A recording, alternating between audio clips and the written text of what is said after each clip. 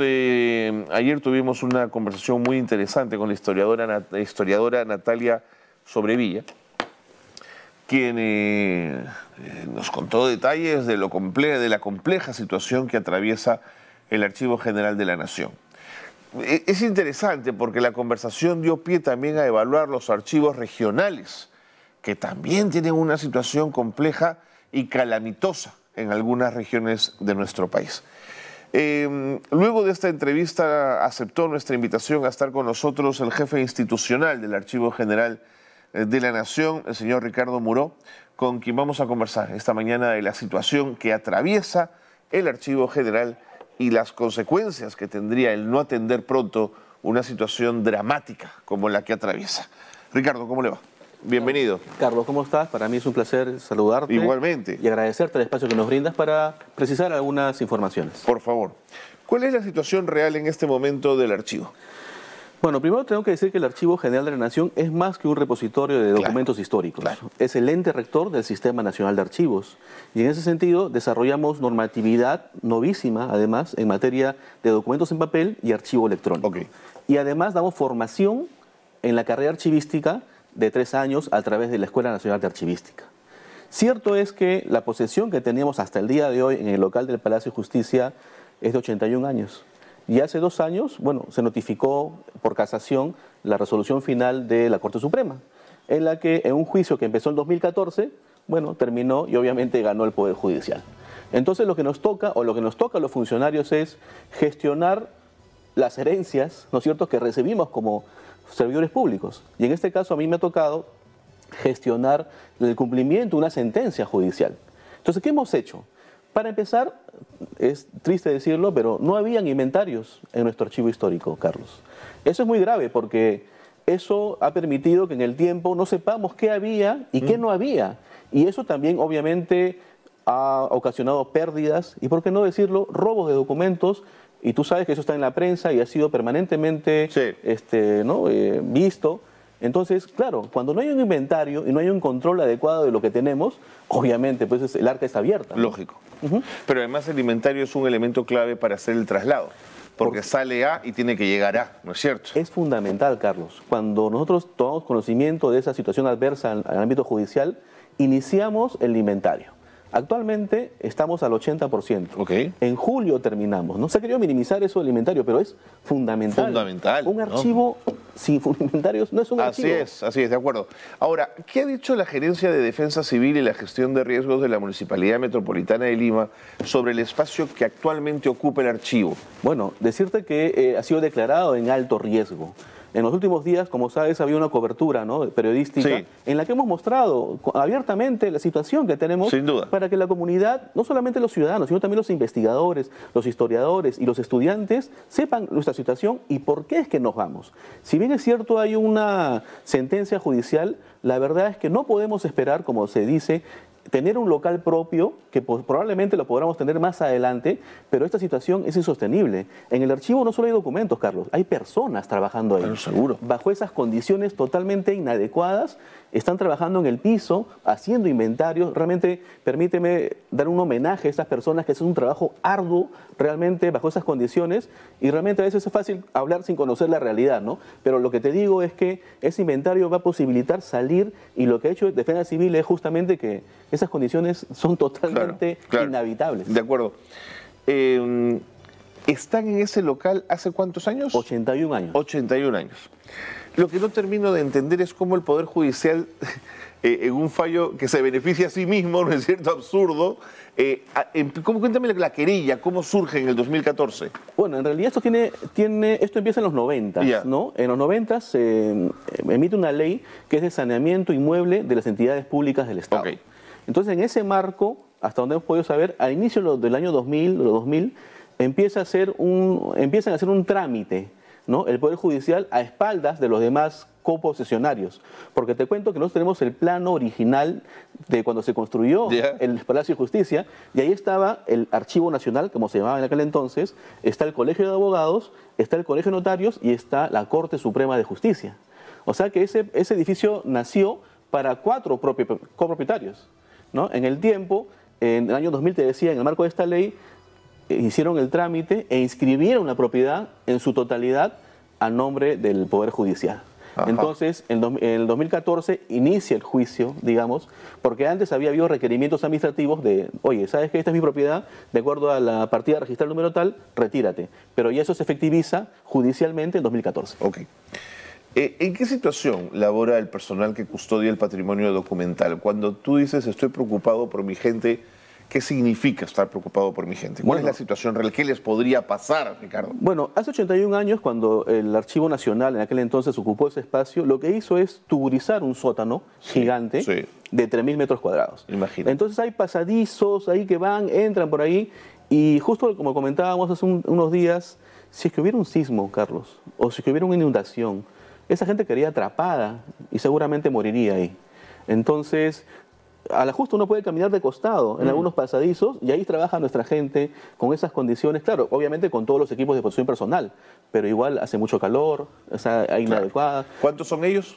Aproximadamente en ese lugar tenemos 115 personas. 115 personas trabajan en ese sótano. Entre el sótano y el primer piso. Son 5.000 metros cuadrados. 3.000 metros cuadrados en el sótano y 2.000 en el primer piso, donde atendemos a la ciudadanía. De acuerdo. Y decirte que también, por ejemplo, hace unos días que hubo una cobertura periodística, la periodista sufría de asma, por ejemplo. Y claro, todo el polvo se lo comió. Empezó una crisis terrible, ¿no? No, de acuerdo. Ahora, esta no es una crisis de hoy, Ricardo. Digamos, tú heredas una crisis que viene de antaño.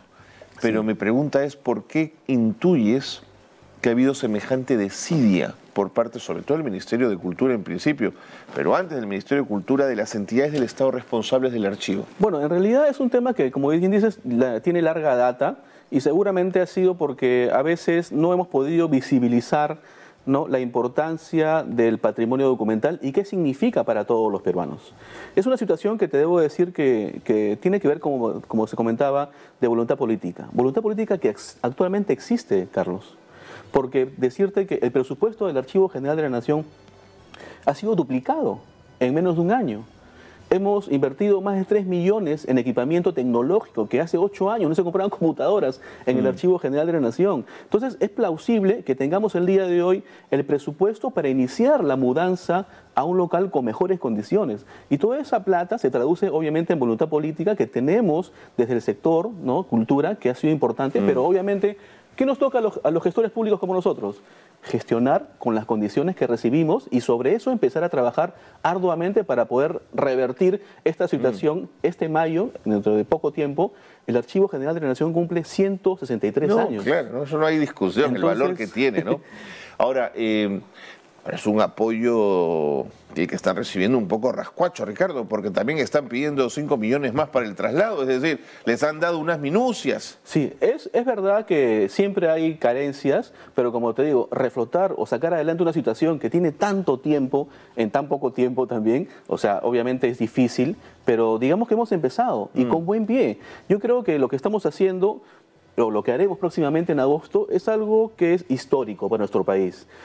Obviamente, como algo novedoso, genera, obviamente, pues una turbulencia de una situación de ayornamiento que está por muchos años, ¿no? Y eso se suma a veces al desconocimiento, que justamente estas entrevistas sirven para eso, para aclarar dudas, ¿no? ¿El traslado hacia Villa El Salvador es un traslado a un local que va a permitir mejorar las condiciones del propio archivo, o es solamente un lugar donde van a estar de paso, todo en cajas y guardadito mientras se resuelve el nuevo local? Bueno, primero decirte que no es en Villa El Salvador el local.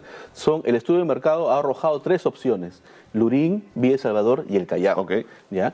Y eso de que vamos a llevar las cajas con cajas o va a estar encajada la documentación, a mí me parece maravilloso que esté encajado, porque significa que va a estar a buen recaudo la documentación. Actualmente la tenemos expuesta, los tenemos ahí a la vista y podemos ver los documentos. La caja significa una unidad de conservación que va a proteger la documentación. Pero además no se ha dicho que el personal del Archivo General de la Nación se va a mudar a ese local y va a funcionar el Archivo General de la Nación en ese local. Es decir, que nuestro personal va a trabajar y vamos a dar servicios a la comunidad en ese local. Además que vamos a digitalizar los principales servicios que damos para evitar que la gente tenga que trasladarse para poder empezar a trabajar en canales digitales. Este local de Lurín, Callao, Villa El Salvador, ¿sería un local alquilado? ¿Por cuánto tiempo se firmaría el contrato de alquiler? Es un local alquilado. Efectivamente, pero hay que decir que antes hemos agotado todos digamos, las situaciones. Ampronavi, a la SBN, que es la Superintendencia de Bienes Nacionales. Buscando un local, Hemos buscado, porque claro, la norma dice que antes de alquilar tienes que agotar las etapas. Así es, porque vamos a hacer un gasto anual, digamos, Así es, ¿no? por supuesto. Pero también hay que decir que el Estado, con la incautación, no tiene locales adecuados. O sea, lo que se hace es tuburizar locales.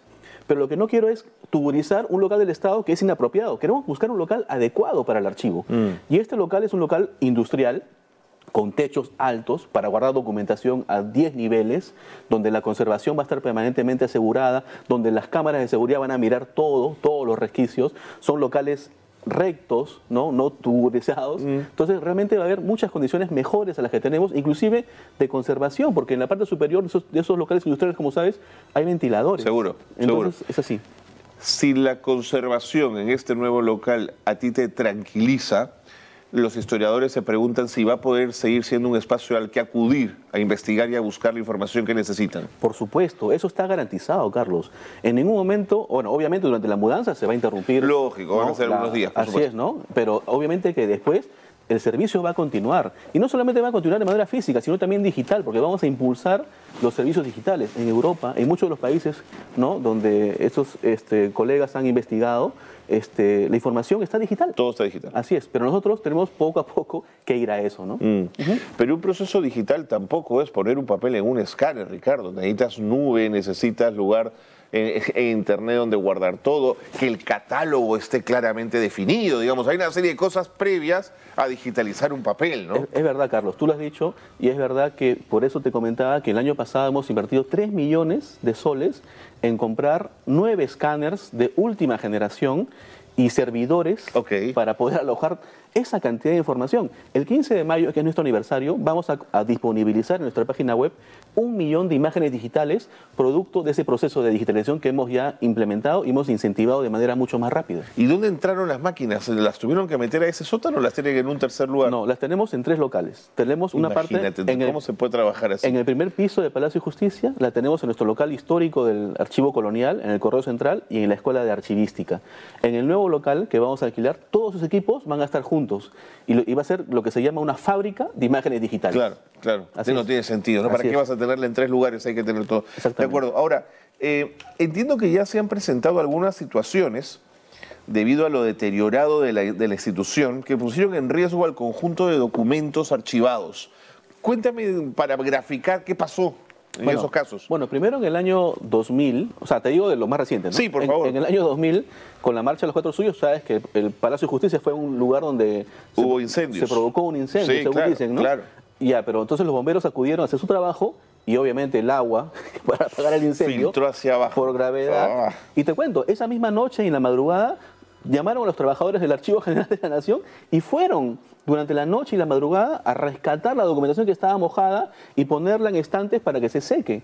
Ahí tenemos una dirección de conservación, por ejemplo, donde hay personas que han sido capacitadas en Europa y ahí se entra el conocimiento archivístico para poder justamente minimizar el impacto del daño. ¿Se perdieron muchos documentos en aquel momento? Sí, claro que sí. En algunos lugares hay documentación que está como pegada, como masa, ¿no es cierto? Que ya eso no se puede recuperar. Claro, tú no lo has votado, pero van a tener que hacer un trabajo de mirar qué cosa es cada cosa, ¿no? ¿Por qué? Porque el proceso de restauración y conservación es sumamente lento. y carísimo, además. Y además, y lo último que hemos padecido en el año 2019, que bueno, con la rotura del tubo del desagüe, porque todo el techo del sótano está atravesado por el tubo del desagüe del Poder Judicial. O sea, ustedes trabajan y ven las tuberías ahí, claro. Literal. Entonces, se rompió ese tubo de desagüe y obviamente pues pasó lo que suele pasar, ¿no? De acuerdo. Ricardo, si la querella del Poder Judicial duró 2 años, ¿por qué no hubo un plan B bajo el supuesto que luego de esos 2 años podrían perder claramente la querella, además sabiendo que el propio Poder Judicial iba a sentenciarse a su propio favor? ¿Por qué no se pensó en esos 2 años el plan B? Bueno, es una buena pregunta. En realidad fueron 8 años de juicio. Imagínate. 8 años, ¿no? Es una buena pregunta. Habría que preguntarle a las autoridades entonces. A quienes estuvieron entonces para ver qué se hizo. Pero también te cuento, Carlos, que paralelamente tenemos un proyecto de inversión, que es el proyecto de inversión para el nuevo local del AGN. Sí. Ese local cuesta 400 millones. Y recientemente, gracias al esfuerzo conjunto entre el Ministerio de Cultura, a través de la Unidad de Cultura número 8 y el AGN, hemos logrado sanear un problema registral que tenía ese expediente técnico. Entonces, ¿qué significa eso? Que este año, además de la mudanza, vamos a trabajar seguramente con el Ministerio de Economía y Finanzas y con el Congreso para meter en la ley de presupuesto del próximo año nuestro proyecto. Y ese proyecto, te cuento, que está pauteado para que su construcción sea por 38 meses. Entonces, digamos... Un par de años. Más de 3 años, Más casi de 3 4. años, sí. Casi 4. Más el concurso internacional por el valor son aproximadamente 10 meses. Entonces estamos hablando que en el mejor de los casos, en 4 o 5 años tendremos construido nuestro local. Bueno, Ricardo, eso es muy optimista porque nos dijeron 2 años el metro y vamos 12. Así que no, había que ver, digamos, pero Sí. te entiendo el optimismo y las ganas Sí, de que sí. suceda. Ese terreno no está comprado aún, eso... Está saneado. ¿Dónde es? Ese terreno lo tenemos, es propiedad. ¿Dónde queda? En Pueblo Libre. Está justamente al frente de la Clínica Centenario Peruano No, Japonesa. es un buen lugar. Así es. ¿De Son cuántos metros cuadrados? Casi 6.000 metros cuadrados. Oye, es estupendo. Y es un edificio de 12 pisos. Entonces, digamos que está el terreno, existe el expediente técnico. Este año vamos a trabajar seguramente de la mano con la ministra de Cultura, que nos va a ayudar a poder poner en la ley de presupuesto del próximo año esta obra tan importante para el país. Ricardo, todo en el archivo tiene valor, pero de las cosas más antiguas que hay, que tú digas, esto no puede perderse, esto es de un valor incalculable. En el Archivo General tenemos el documento más antiguo de Sudamérica, que es el denominado Protocolo Ambulante de los Conquistadores, que es del año 1533, y es el que cuenta cómo es que los conquistadores van ingresando al Tahuantinsuyo. Van comprando caballos, esclavos, enseres para poder solventar la campaña de la conquista, digamos. Pero además tenemos documentación de toda la historia de nuestro país. Por ejemplo, ¿no? Todo lo que vimos en el colegio, ¿no? Tupac Amaru, Miquela Bastidas, los virreyes, por ejemplo, los héroes de la Guerra del Pacífico. Tenemos a Grau, tenemos a San Martín, a Bolívar, a Hipólito Unanue, tenemos a Grau, a Bolognesi, a Lamar, a Agustín Gamarra, tenemos la lista de los oficiales que pelearon en la batalla de Ayacucho. O sea, realmente cosas maravillosas que no se pueden perder. Así no, es. que se van a poder perder. Claro, ahora, todos los años las instituciones generan más cantidad de archivos. ¿Cómo reciben ustedes los nuevos archivos que van llegando del Estado? Mira, Carlos, nosotros no recibimos archivos nuevos justamente por falta de capacidad operativa para recibirlos. Así que digamos que nuestro archivo histórico es un archivo que está cerrado.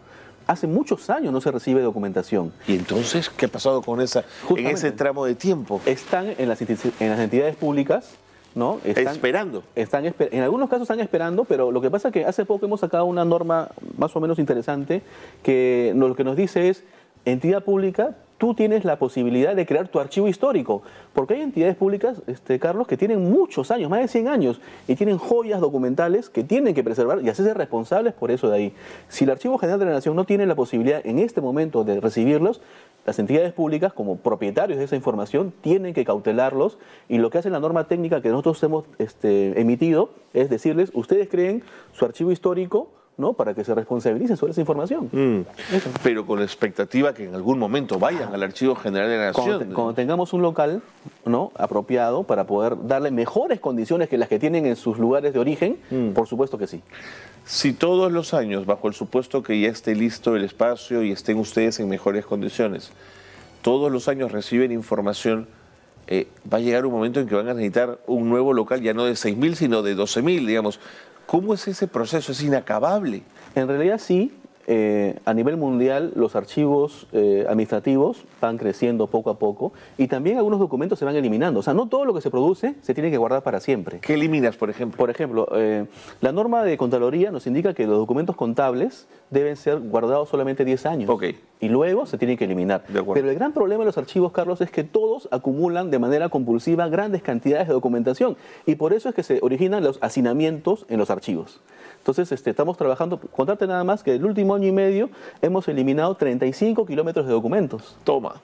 Entonces es una gran cantidad de información y próximamente esa información que estamos eliminando la vamos a reciclar, ¿no? en una planta, justamente en la Municipalidad de Surco, que va a permitir no solamente dotar a los archivos públicos de cajas de archivos, o sea, yo le doy documentos para reciclar y ellos me dan cajas de archivos, 2.500 cajas de archivo para atender justamente las necesidades del Archivo General de la Nación y también de los archivos públicos. ¿Y por qué las instituciones del Estado guardan archivos que a veces son inservibles? ¿Por el miedo a que la Contraloría o Administración diga que falta algo? Sí, tú lo has dicho. Realmente el mayor factor es el temor por el desconocimiento que hay, ¿no es cierto? Porque una autoridad puede pedir, oye, dame la documentación de hace 20 años. Claro. y el funcionario dice, oye, no la tengo. Pero no la tengo, ¿por qué? Porque el Archivo General de la Nación ha autorizado su eliminación. No pasa nada, porque es un procedimiento legal y usual. Así es. Entiendo. Bueno, entonces, escuchándote, Ricardo, te siento más optimista que pesimista de lo que va a ocurrir en los próximos meses con el archivo. Yo creo, Carlos, que la noticia es esperanzadora. Realmente dotar al Archivo General de la Nación de un espacio adecuado, con buenas condiciones, donde no se va a afectar el servicio, sino que vamos a promover la digitalización para que haya más acceso de parte de la ciudadanía, de los historiadores, obviamente eso son noticias buenas para nuestro país. Realmente hay que alegrarnos por eso. Okay. Y como te digo, es un hecho histórico, generará seguramente algunas preocupaciones.